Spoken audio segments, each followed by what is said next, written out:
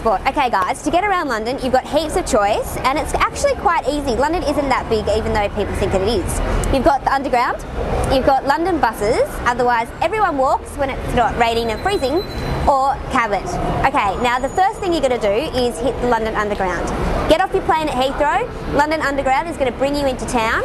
So I'm going to go explain the tube map and just how easy it is to get around London. Alright, so the fundamentals to catching the tube. Obviously you need your destination. You need to know what coloured line you're going to be getting on to go to your destination. A few hot tips. London is divided into zones, which is going to apply to your ticketing. Zone 1 being the centre and the most expensive, and Zone 6 where you come from near Heathrow. So London's divided into north, south, east and west, and your trains go northbound, southbound, eastbound or westbound. Now this is what you need to know to catch your train in the right direction to the right destination. That's why knowing your destination is definitely a helping point in where you're catching the tube. Okay, so there's some tube etiquette you just need to know before you get on the tubes. First of all, no one talks unless you're Australian, South African or New Zealand. Make sure you let people get off before you get on, otherwise you'll get bowled over. And if you can get a seat, very good thing. Tickets for the tube. Guys, it's really not that hard to understand. Now, you'll be first coming in from Heathrow, so just grab a single fare into Zone 1. Now, once you're in Zone 1, you'll probably want to check out London. The best thing you could do is grab a day pass. Now, this is one fare, and it covers Zone 1 and Zone 2, and you could go on any tube at any time of the day, anywhere, as long as it's in those two zones. Now, if you're travelling anywhere else or if you're travelling frequently, the best thing you can do is grab an Oyster card. You can top up just with any amount you want, or you can get your weekly travel passes on here, or your monthly or your yearly, but a weekly is probably going to cover you because that does Zone 1 and 2 and that's probably where you'll be working.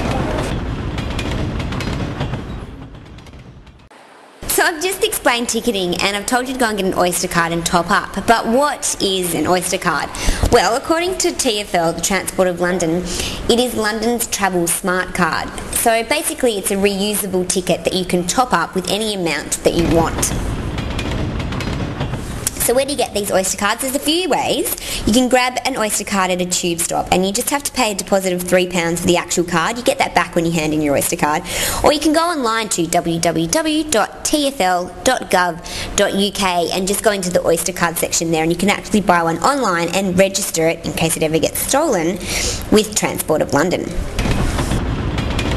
So how do you top up these infamous Oyster cards? It's really easy. Just go to any tube stop and they have what's called a recharge machine where you can swipe your Oyster card and top up with any amount that you want.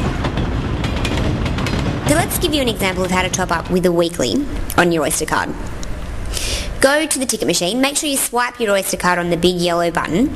It's going to ask you to buy or renew a ticket. Once you've punched that button in, it's going to get you to choose your weekly, your 7-day travel card. Then it's going to ask you what zones you're going to be travelling in with that 7-day weekly.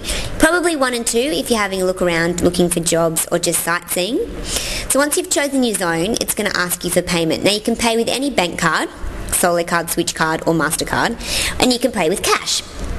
So once you've done that, make sure you re-swipe your Oyster card. That will top up what you've just paid and you'll have your 7-day weekly. It's really that simple.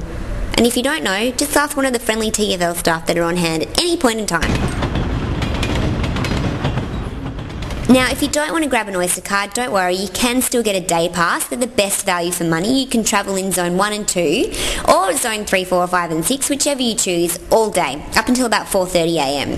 So to grab a day card, you can also go to these big recharge machines, because they're ticketing machines as well. And it's really easy. Just make sure you choose what language you want the display in. Then select Day Travel Pass. Select the zones you want to travel in. It's going to tell you the price and you can pay with cash or bank card. Just the same as you can if you're topping up with your Oyster card. And it'll give you a ticket.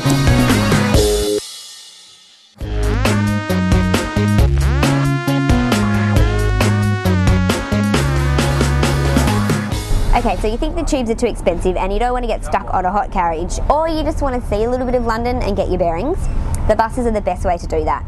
Now, they're a lot cheaper than the tubes. They get you to your destination.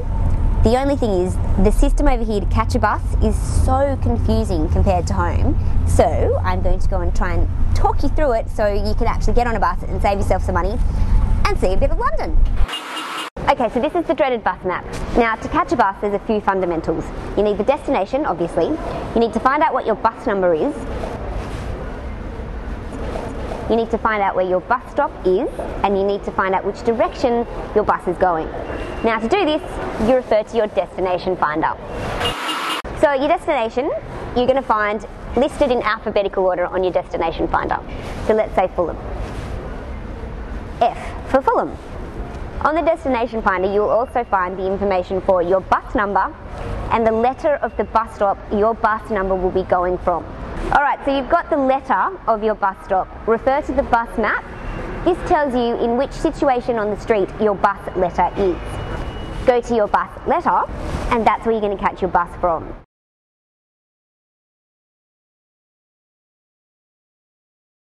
Alright, so for the confusing bit, if you didn't think this was confusing enough, is which direction is your bus headed in.